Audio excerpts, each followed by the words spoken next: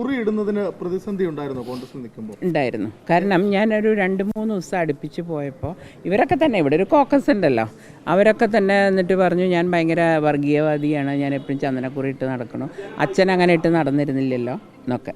അതുകൊണ്ട് ഞാൻ ചന്ദനക്കുറി നിർത്തി. കാരണം കോൺഗ്രസ്സുകാർ തന്നെ, ഞാൻ ഈ പറഞ്ഞ ആളുകൾ എന്നെ എന്താണോ അതെനിക്ക് മനസ്സിലായി. ഷാഫി പറമ്പിൽ അതിന് മറുപടി നൽകിയത് കരുണാകരന്റെ മകൾ അങ്ങനെ പറയരുതായിരുന്നു എന്നാണ്. ഈ യൂത്ത് കോൺഗ്രസ് നേതാക്കൾക്ക് താങ്കളോട് എന്താണ് ഇങ്ങനൊരു? അല്ല, യൂത്ത് കോൺഗ്രസ്സുകാരെന്ന് പറഞ്ഞാൽ ഇപ്പോൾ പൊട്ടി മുളച്ച കുറേ ആളുകളല്ലേ ഈ ചാനലിലിരുന്നൊക്കെ വലിയ വർത്താനൊക്കെ പറഞ്ഞിട്ട് നേതാക്കളായവരാണ്. അവരോട് പറഞ്ഞാൽ എനിക്ക് പുച്ഛാണ് അവർ പറഞ്ഞാൽ. കാരണം അവരെങ്ങനെ വലുതായി. ഇപ്പം എന്തിനാണ് ഷാഫീനെ കൊണ്ട് അവിടെ നിർത്തിയിട്ടില്ലെന്ന് മനസ്സിലായോ? പാലക്കാട് രാഹുൽ മാങ്കൂട്ടത്തിന് കൊടുക്കാൻ വേണ്ടിയിട്ട്. അപ്പോൾ ഒരു വഴിക്ക് 2 വർഷം അയാളും ജയിച്ചു പോയിക്കോളും, ഇയാൾ MLA ആയിക്കോളും. അതിന് വേണ്ടിയിട്ടാണ് രാജാവിനേക്കാളും വലിയ രാജഭക്തി രാഹുൽ മാങ്കൂട്ടത്തിൽ ചെയ്യുന്നതെന്ന് എനിക്കറിയാം. ഞാൻ ഇതിൻ്റെ ഇടയിൽ കിടന്ന് വളർന്നിട്ടുള്ള ആളല്ലേ. ഈ പറയുന്ന എൻ്റെ സഹോദരൻ 3 പാർട്ടിയുടെ പ്രസിഡൻ്റ് ആയ ആളാണ്. ഞാൻ ഒരു പാർട്ടിയിലേ നിന്നിട്ടില്ല ഇതുവരെ. സഹിക്കാണ്ട് ഓടിപ്പോയതാ. ഈ സഹോദരനെ വിശ്വസിക്കാൻ പറ്റുമോ? ഇപ്പോൾ ഏതാ രാഷ്ട്രീയത്തിൽ സഹോദരനെ വിശ്വസിക്കാൻ പറ്റുമോ? എൻ്റെ രാഷ്ട്രീയം വേറെ, അദ്ദേഹത്തിന് ഞാൻ. പക്ഷേ അദ്ദേഹം ഏട്ടനാണ് എന്ന് എനിക്കറിയാം, എൻ്റെ രക്തമാണെന്ന് അറിയാം. മുരളിയേട്ടൻ NCPയിലും ഒന്നും പോയപ്പോഴൊന്നും ഞാൻ അദ്ദേഹത്തിനൊരു കുറ്റം പറഞ്ഞില്ല. ഞാൻ ഉറച്ച കോൺഗ്രസ്സുകാരിയായിരുന്നു. ഒരു വാക്ക് പോലും ഞാൻ മുരളിയേട്ടനെതിരെ പറഞ്ഞിട്ടില്ല. മുരളിയേട്ടൻ പിന്നെ ദേഷ്യം വരുമ്പോൾ ചാടിത്തുള്ളി വല്ലതും പറയുന്നില്ല, ഞാനൊന്നും മൈൻഡ് ചെയ്യാറില്ല. പത്മജ വേണുഗോപാലിൻ്റെ ആരോപണങ്ങൾ ചോദിക്കുമ്പോൾ താമരയ്ക്ക് മറുപടിയില്ല എന്ന് പറയുന്നത് എങ്ങനെ? പത്മജ വേണുഗോപാൽ K മുരളീധരനെതിരെ നിരവധി ആരോപണങ്ങൾ ഉന്നയിച്ചിട്ടുണ്ടായിരുന്നു.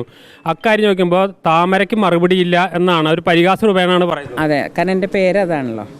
അതുകൊണ്ട് അത് പത്മജയോടെന്ന് പറഞ്ഞാൽ താമരാന്നാക്കി. പേര് അന്വർത്ഥമാക്കുന്ന രീതിയിൽ അവസാനം BJPയിൽ എത്തിയെന്നാണോ? അങ്ങനെ എനിക്ക് പറയാൻ പറ്റും. എൻ്റെ അച്ഛനല്ലേ പേരിട്ട്, ഇനി മരിച്ചു കഴിഞ്ഞു. അച്ഛൻ ദീർഘവർഷം ഉണ്ടായിരുന്നു. അച്ഛനുണ്ടാവുമായിരിക്കും. കാരണം എനിക്ക് സംശയമുണ്ട്, എൻ്റെ അച്ഛൻ കുറച്ച് കഴിഞ്ഞാൽ വീണ്ടും പാർട്ടി വിട്ട് പോയനെ. കാരണം അദ്ദേഹത്തിനെ അപമാനിച്ച് ഞാൻ അവസാനം ശരിക്കും ഈ പാർട്ടിയിൽ നിന്ന് പോകണമെന്ന് ഞാൻ ആഗ്രഹിച്ചത്.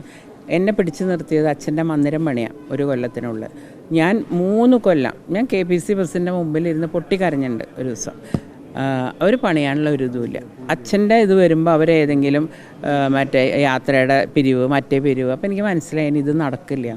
അതായിരുന്നു എൻ്റെ അവസാനത്തെ ഒരു പിടിവള്ളി. ഇതിൽ കഴിഞ്ഞ തെരഞ്ഞെടുപ്പിൽ താങ്കൾ തോൽപ്പിച്ച സുരേഷ് ഗോപിക്ക് വേണ്ടി ഈ തെരഞ്ഞെടുപ്പിൽ പ്രചരണത്തിന് തൃശ്ശൂർ ഇറങ്ങും. സുരേഷ് ഗോപി അല്ലല്ലോ എന്നെ തോൽപ്പിച്ചത്.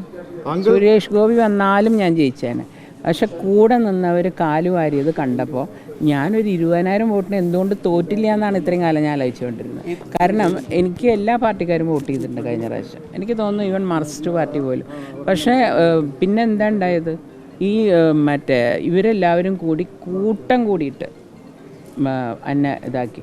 ഒരു ഇലക്ഷന് മുമ്പ് മണ്ഡലം പ്രസിഡന്റുമാരെ മാറ്റുന്ന കേട്ടിട്ടുണ്ടാവും. ആ മണ്ഡലം പ്രസിഡന്റുമാർ മുഴുവൻ എനിക്കെതിരായി. അത് കഴിഞ്ഞിട്ട് എല്ലാം കൊണ്ട് ഞാൻ ആ പ്രിയങ്ക ഗാന്ധിയുടെ വണ്ടിയിൽ എന്നെ ഒന്ന് കയറ്റാൻ വേണ്ടിയിട്ട് ഇവരെൻ്റെ അടുത്ത് നിന്ന് 22.5 ലക്ഷം റുപ്യ വാങ്ങി. DC പ്രസിഡന്റ് അന്ന് വിൻസെൻ്റ് ആയിരുന്നു.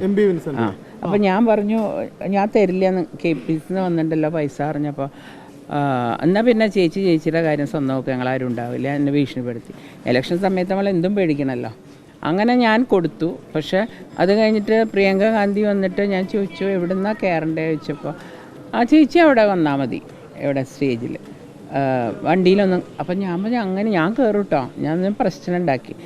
അപ്പോഴേക്കും അവിടെ നിന്ന് പുറപ്പെട്ട് ഞാൻ ഏത് കൂടിയാണ് വരണേന്ന് പോലും എൻ്റെ അടുത്ത് പറഞ്ഞില്ല, അറിയാം. അല്ലെങ്കിൽ ഞാൻ അവിടെ റോട്ടിലിറങ്ങി നിന്നേനെ എൻ്റെ സ്വഭാവത്തിന്. പക്ഷേ എന്നിട്ട് പിറ്റേ ദിവസം മനോരമ തന്നെ എഴുതിയല്ലോ പത്മജ ഔട്ട്, പ്രതാപൻ ഇന്ന്. ഞാനല്ല എഴുതിയത്. ആ ഒരു അതില്ലെങ്കിൽ 22 ലക്ഷം രൂപ മേടിച്ചിട്ട് ചേച്ചിയെ വണ്ടിയിൽ പോലും കയറ്റിയില്ല. അതൊക്കെ അവരോട് ചോദിക്കണം.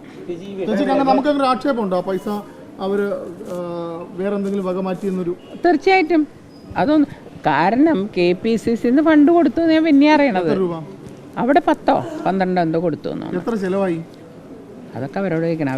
ഇവരൊക്കെ നല്ലോണം എഴുതി വെച്ചിട്ടുണ്ടാവുമല്ലോ.